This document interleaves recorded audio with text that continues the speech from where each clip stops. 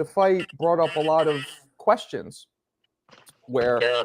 I try and tell people that you guys as referees do you follow a specific rule book, or like what do you follow in terms of the rules in which you referee a fight? There are rules. There's rules. Every sanctioning body or every state has their rules. There's a mandatory 8 count. There's no standing 8 count. I didn't see the fight, so I really don't want to comment on what happened, what transpired. Steve Willis is a great referee. I'm sure he made the right call, but I can't. Okay, so I'll give you a breakdown, and you tell me what you think. So, and not this fight. I'm going to give you just because I know you work in New York State Athletic Commission. Just an imaginary fight, a fictional fight. Somebody has something in their eye, and their eyes start burning.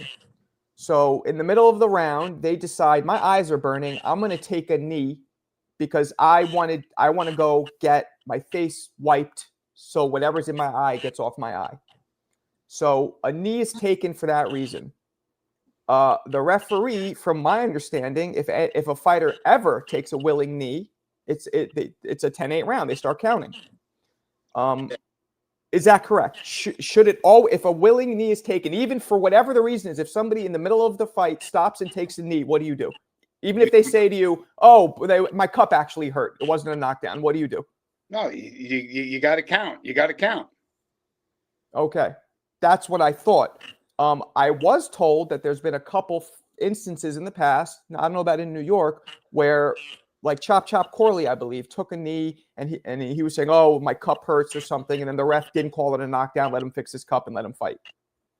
Right. Well, here I'm going back to 1999 because I did the main event with Lennox Lewis and Evander Holyfield. Mm-hmm. But prior to that, there was it was a 3 big fight card. You had Lennox Lewis fighting Bobby Ches, if I'm correct. That was back in May. I don't know what year it was. But Evander complained the same thing with something got in his eye, or it was Bobby. I'm not sure. I was in the back in the locker room. Right. The referee did the right thing. He called time and said, "What's going on?" I don't know if it was Evander or Bobby. I'll have to look back. If you got history there, you could look back. It was Evander. Yeah, Bobby fought Evander, I'm pretty sure. Right, he did. Oh, I know that was the fight. And one of them complained. I don't know who, but the ref did the right thing, took control, called time, and let him clean his eye out before the round started. Right. So here's and that's, I know that when you're in there, a guy will look at you and say whatever. But in an instance where he in essence, this fictional fighter called timeout on himself. He just took a knee, and he called his own timeout. And you can't do that, can you? Right. No. Okay. But like I said, I don't want to keep being redundant. I wasn't at the fights. I'm a busy schedule. I was doing Swan Lake Saturday at Lincoln Center. So I can't comment. You're not the only one that's reached out to me and wanted to talk about the situation, this and that. And I just got off the phone with the commissioner. I asked him, and I told him, we're not talking about that situation. So in all due respect, I don't want to, talk about that incident Saturday night. Like I said, great referee. I'm sure he made, you don't know. You're not in there. Right. At the heat of the moment, you got to be quick. So you don't know what transpired between him and Tank. So, I'm sure they're going to look it over and review it and see if he made the right call or not. So, because basically that was the whole argument, was that if a fighter ever takes a knee in any situation, not the Tank fight, just in general, they got to count. There's no way not to count. Right. And you agree. Now, it's just funny, but I was trying to look up rules, right? Is there an actual rule book that the New York State Athletic Commission has? Yes, sir. Matter of fact, God rest his soul, my father you carry that rule book in your bag. When I'm on the train going, I'll read it, go over them. Like I said, all sanctioning bodies and states have their rules. Like if a WBC fight comes in here, they have their rules. The state will either agree with them or won't agree with what they what rules they want to use. They go through every rule beforehand. I'm not sure they go through every rule. Okay. But I go like I figure out situations that could happen in the ring. So I've been refereeing for 40 years, and you never know what could happen. Look, with Lennox Lewis and Evander Holyfield, everybody was playing. It was a mixed decision. Those were judges. I'm a referee. I don't score the fight. right. Don't blame it on me. Those are 3 judges. So the rule book that you have, is there a name? Is it New York State Athletic Commission rule book, or like what's it called?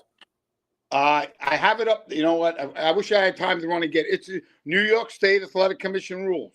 Okay, but those do change given the fight, right? In case it all depends. Yes, on certain, like here, you get a title fight, 3 knockdown rule is waived, right? And in a regular 10-round fight or an 8-round fight, 6-round or 4-round fight, they may have, the 3 knockdown rule is in effect. Right. It all depends on what the camps agree on.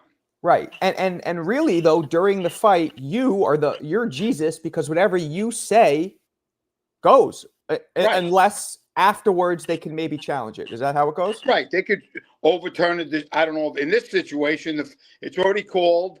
I mean, I know, look, like in baseball or football is a bad, they protest. I don't know if this kid or if there's other fighters in this, a fight just happened over in London, and I heard the same kind of situation where this kid was winning the fight. I don't know their names because one of his managers reached out to me, and I said, look, I'm not the referee. I wasn't the referee. I wasn't there. That was over in London.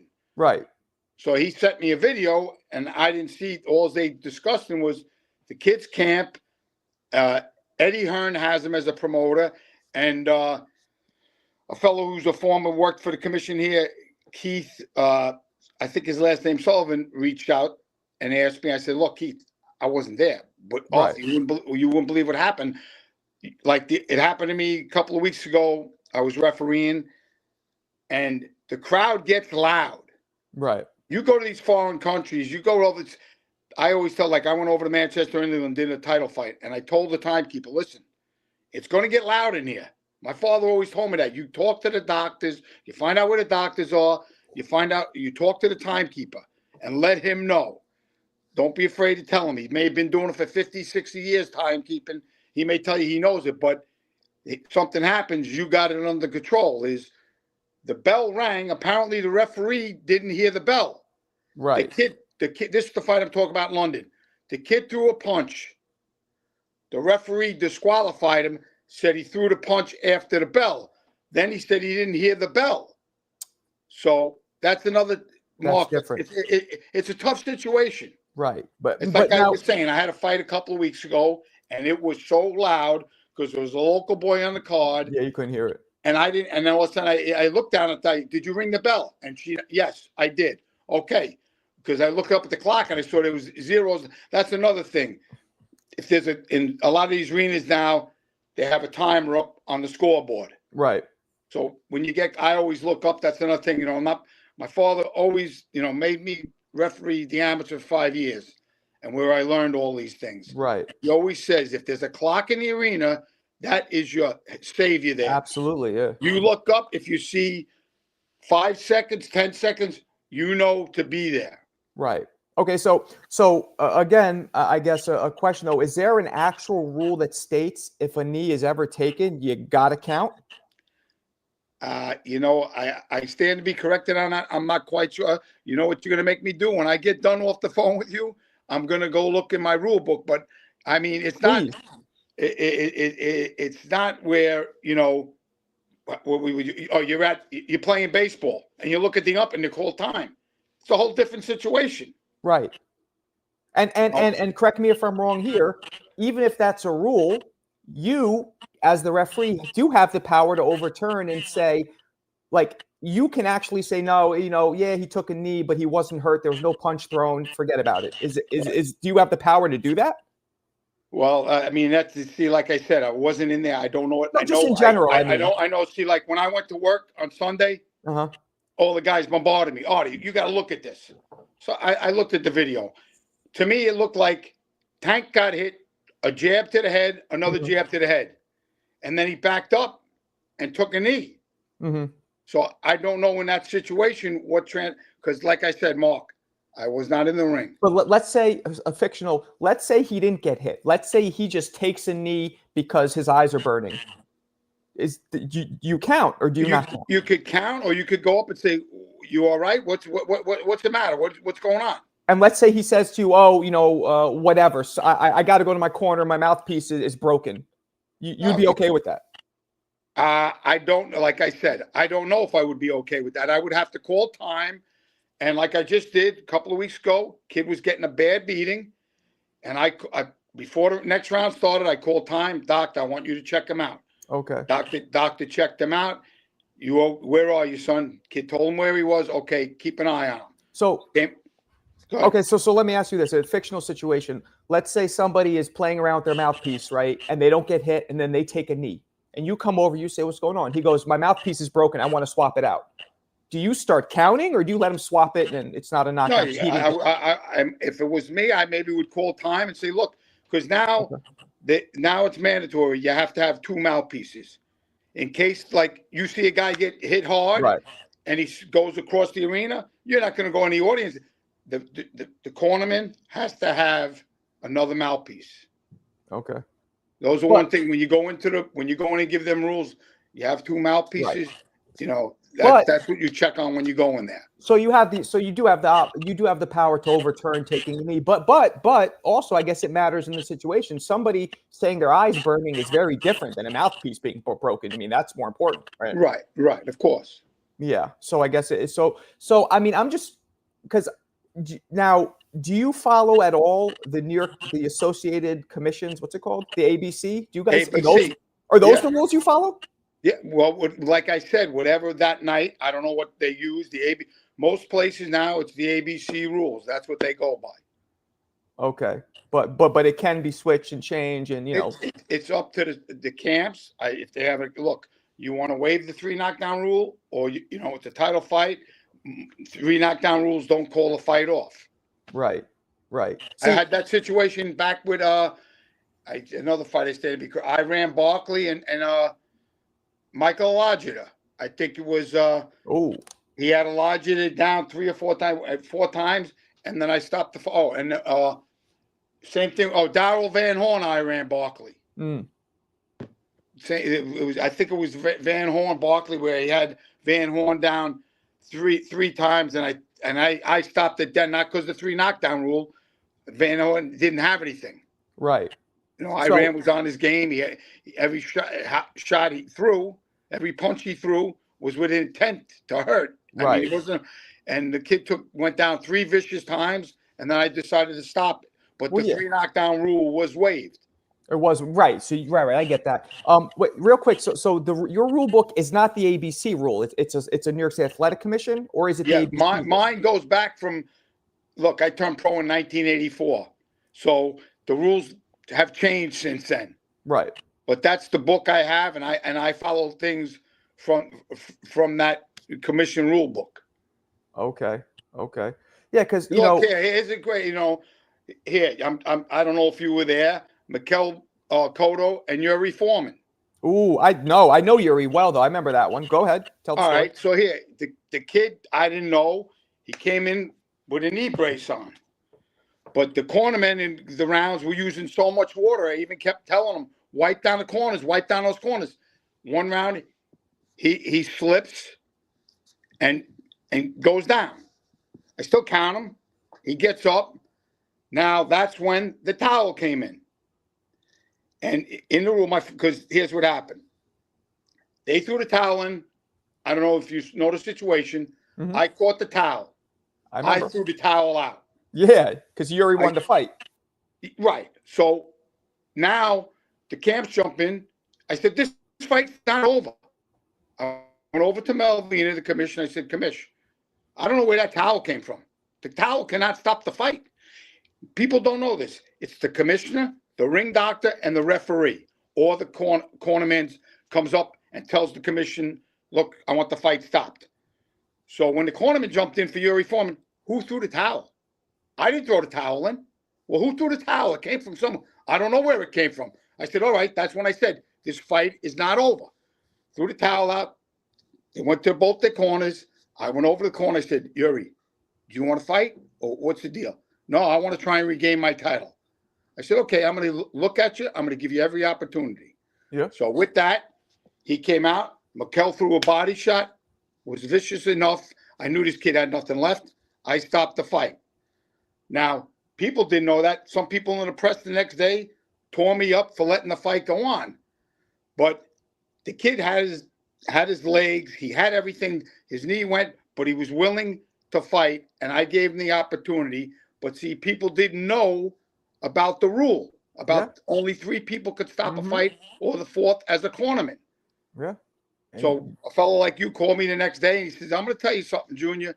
You may not know this, but I was at a fight ringside when your father did the same thing. And just like it was that night, it was great. And I thought it was great what you did. The kid wanted to fight. He showed his heart of a champion. He wanted to regain his, and you gave him that opportunity. It was. But that's another thing. People, if you want, there's always a Monday morning quarterback. Mm-hmm.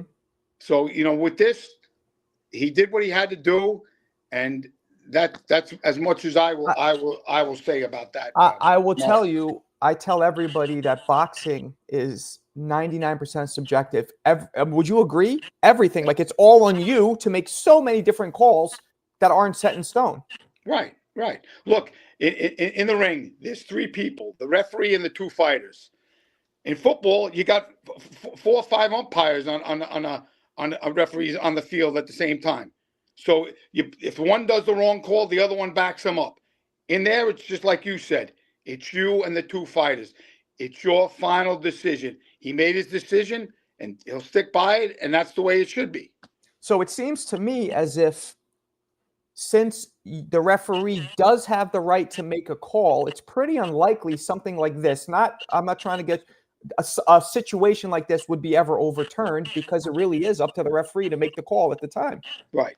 Well, you know what's great now, and we saw it 2 weeks ago when the New York State had a fight on ESPN. Okay.